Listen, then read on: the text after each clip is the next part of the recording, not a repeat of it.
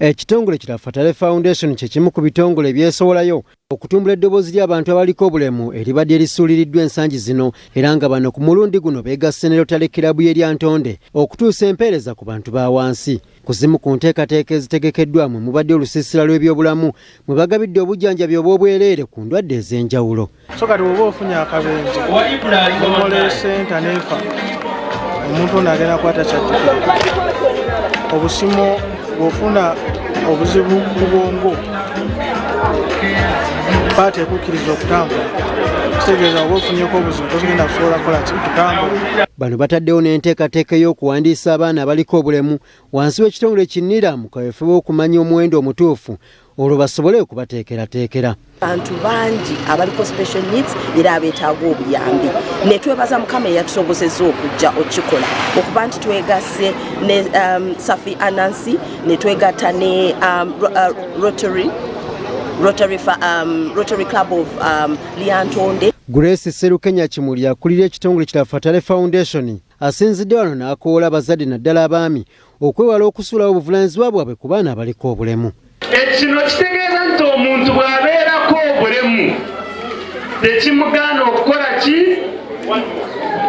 kobeere nti oyagala kusoma ofuuke purofeesa.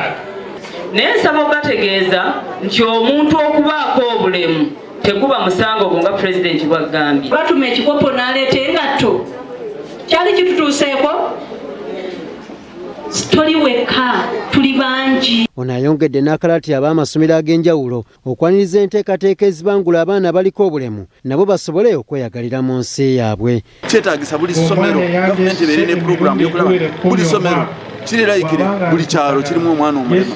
Naye abaana bano tugezezzaako nga disitulikiti kuba ebizimbe kati bye bazimba ebya classes tubiteekako etuyita ramps abaana abasobola okuyita abaliko toilets tubateerako toileti abalimu obulemu ze bagendamu. Abadde omugenyi omukulu amyuka la ddisi w'erya Ntonde Natwera Vanansiyo asoomozezza abakulembeze ku mitendera egy'enjawulo abeesuuliddeyo gwa Naggamba obutatuusa ddoboozi ly'abaliko obulemu mu lukiiko lw'eggwanga olukulu nabo basobole okuyambibwa. Aba progress ezikoleddwa ku bantu abaliko obulemu daba ekyokulabirako ng'esente za parish abantu baba nga bazigaba waliwo ezirizaavu ez'abantu abaliko obulemu.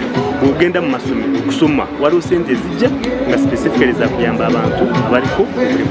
Era abazadde abalina abaana abaliko obulemu baliko bye boogedde. Ozaala abaana 10 nga bonna balungi Katonda basuwa kutaasa nga tabakwerera mu kusaba nti obutabuyamba ng'ate naffe twandyagadde abaana bwe baba nga baliko obulemu basobole okuba nga bakola ki basoma babeere ng'abalala kubanga amagezi obwongo mulimu omwana omulemu ng'ate obwongo akola ki abuyina. Katongole Moses, BBS Telefayina.